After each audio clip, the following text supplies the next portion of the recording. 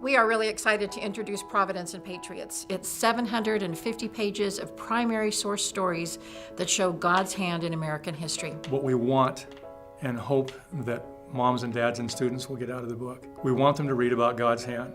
We want them to see that it's more than just 3 or 4 things that happened. It's a timeline. It happened all the way through history.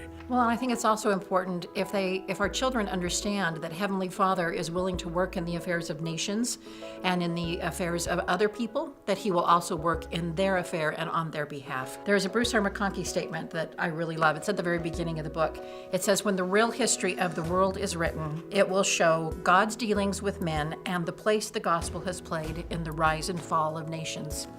I think that kind of encapsulates what we tried to do with this. There will come a time, and I tell the students in our classes that they're going to have to reach into their bucket, as I call it, and pull out one of these stories to help them get through some really, really difficult moment that they're in.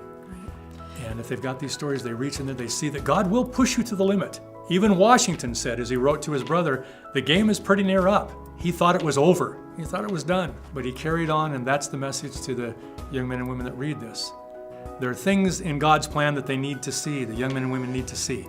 It is a plan. There is a timeline. He has been there all the way along. It's not just sporadic. And if they think they're standing alone, we've always said this, we've taught in the school for years, that if you teach students that the Constitution was written by very brilliant men, then they will stand for a certain degree and defend that Constitution. But if you teach students that the Constitution was inspired by God, and that wise men were raised up to write that Constitution, there is no end that they will go to defend the principles that are found there.